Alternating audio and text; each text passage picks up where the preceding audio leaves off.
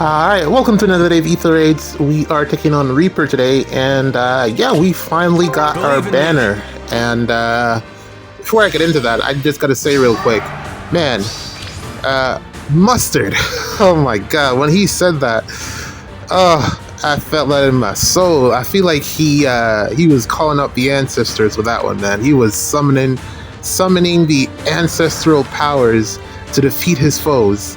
When he called out Mustard's name, man, I felt that so deep. That sounds quite pause, but you know. Anyways, fantastic song. I'm sure that you all have heard it, but yeah, Mustard. Anyways, here we go with this match. This should be pretty straightforward. Well, actually, no.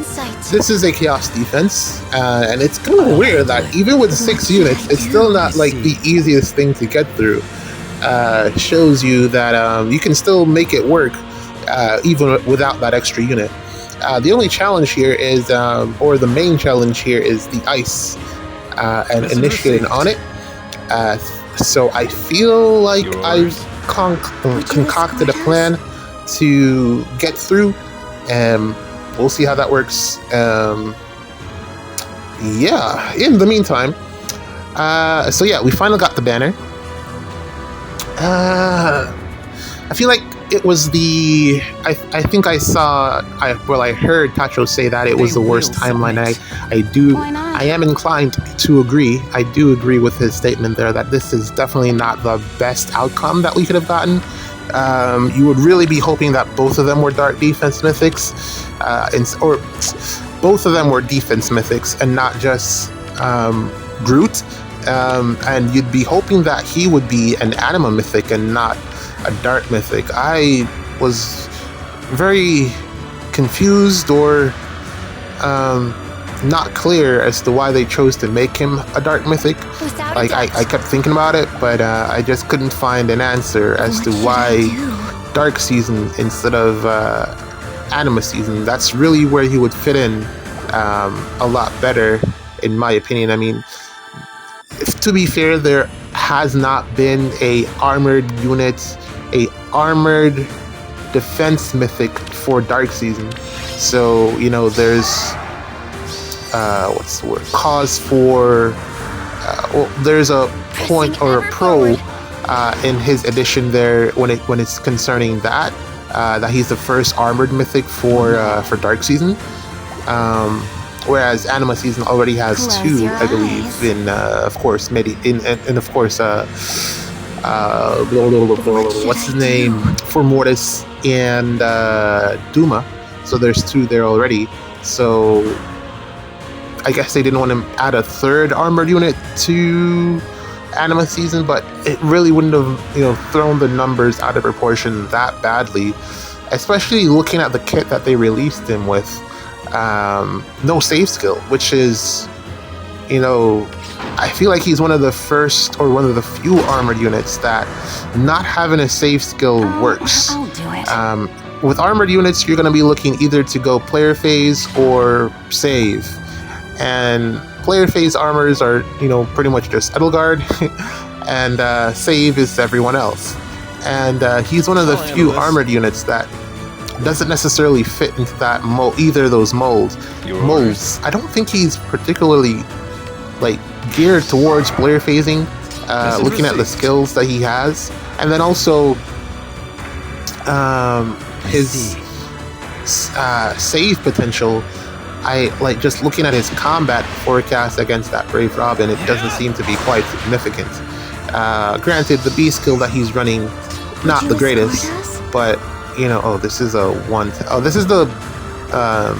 bad part about this being a 6-unit team, is that I get less opportunities to Gale Force, so I gotta be a lot more careful about my attacks here. I think Crom gets 1-tap Gale Force here, if I'm not mistaken. She usually has the guard A skill, but she doesn't have it this time, so this should be a 1-tap Gale Force. Whereas Sharena would miss the Gale Force, and it would be difficult to continue in from that point. So also that they have low HP, so usually I'm, you know, banking on, you know, getting multiple hits in to get the Gale Force going, but that's not going to be the case with this team layout. But we should still have enough actions to get it going. And also, once we take out the save unit here, or the dual unit, I get one more. So that's going to be the play.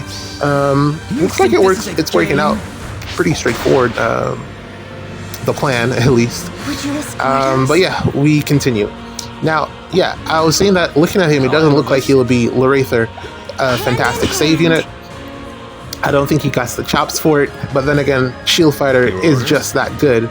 But that's a lot of fodder that I don't think a lot of people have left over.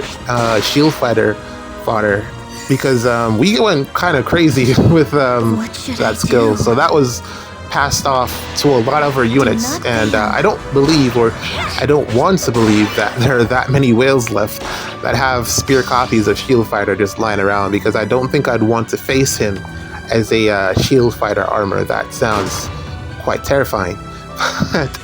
That aside, even if you gave him Shield Fighter, I don't think he would necessarily need to be a save unit. But also, I think his B skill is quite decent. Just looking at what it does. What I particularly like was the part where it gave him additional, what was it? I think it was attack and defense debuffs or buffs. I can't remember at this moment. Based off the number of units that have Discord inflicted on them, the debuff, the penalty. And I'm like, that's actually pretty insane. That's a nasty way to get additional stat swings, because a lot of people will already have that debuff based off the team compositions for Ether raids. But let's see how it goes. I'll talk more in the next video. This one's done. GG's. Alright, welcome to another day of Ether Raids. We're taking on this guy right here. You can see the name, you know what it is. And yeah, we're going to go with the Felix team, AoE. I think we got a path of action, or an opening on Sigurd right there. So that's where we're going to go up. And either that or a dual approach where we take Ather as well.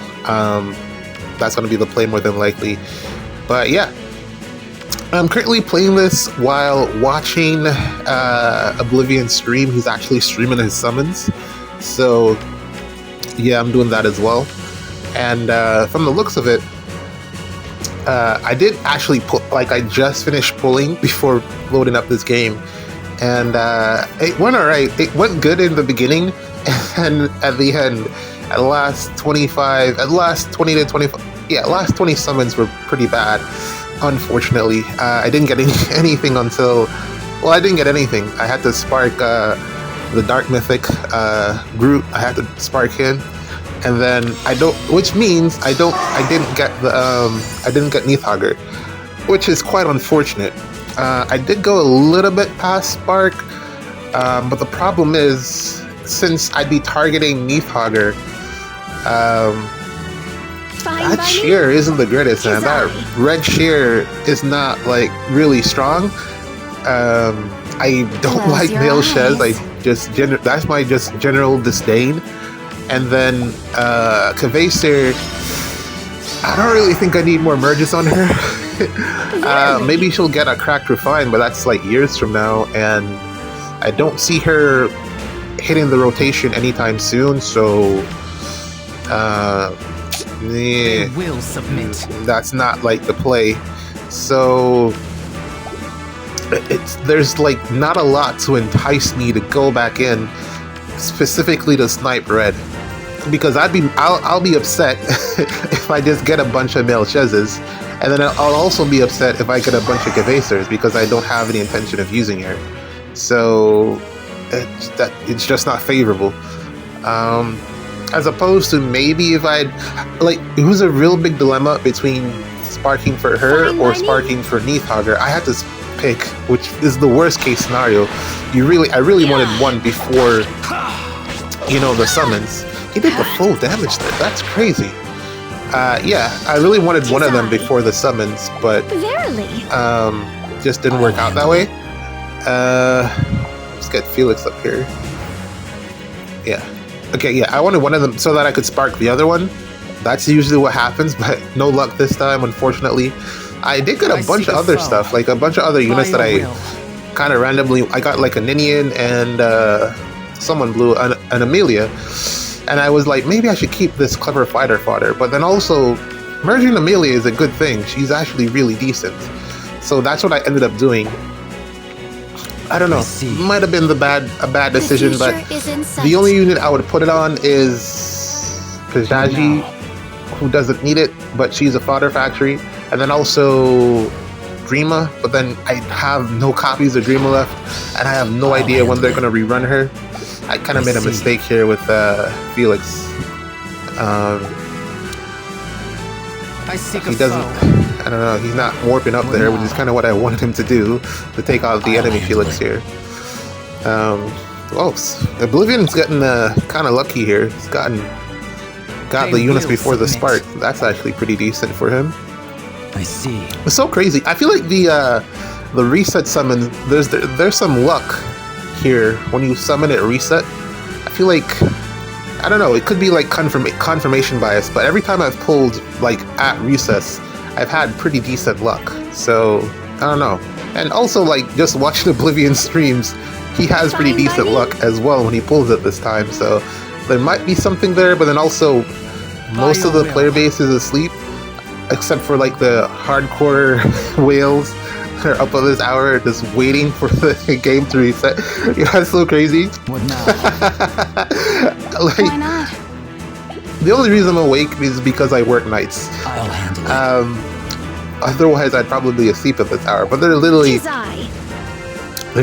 people like staying up late just to play Fae. And that is some dedication right there. That's how you know you made a good game. But yeah, let's see what I can do here. Alright, so yeah, alright. I'm probably gonna have to, okay. And then Maria, and then What now? does he not have the Celica ring? Did I okay, that's what's going on there. Okay, big boo-boo on my part. I forgot that I have to give Panette the Celica ring for this layout. We should be fine though. I think I have enough actions to work around this. It's okay. And then since I got the Wings of Mercy play online, we should be able to shut down green unit in the corner there. We should be able to do that. But yeah, so far, I don't know, man. I seek a foe. Well, at least for Neathhugger, she looks really like strong, a lot stronger than I thought she would have been. Like I was looking at that the trailer, and I was about to call cap on that. Like I like misinformation. The Celica versus Neathhugger matchup, the Emblem Celica. I was like, that looks like you're trying to trick me, but then actually seems legit. Just from what I'm seeing here from Oblivion's testing, Without a doubt. it looks like she's going to be fairly tanky in terms of just surviving combat, and that's worrying because the only powerful nukes in the game right now are both bow units, Lucina and Bernadetta. Everyone else kind of like is like mid-tier. And the problem here is that I was anticipating that the nuke meta would have picked up on the ninja banner, but it has failed to do so, which means pulling for this new mythic unit, she's probably going to age horribly, because I'm pretty sure by New Year's we're going to get a ton of powerful nukes. I don't see how it doesn't happen, because the nukes, I don't see why they're holding back so much on the nukes and just giving us a bunch of Omni tanks if that isn't the case. There is going to be a shift at some point, and I don't want to have this unit around for when that shift happens. Neathhugger is who I'm referring to, but I don't know, man. I'm just watching Oblivion stream here, and she's looking quite powerful, but GG's. See you in the next one.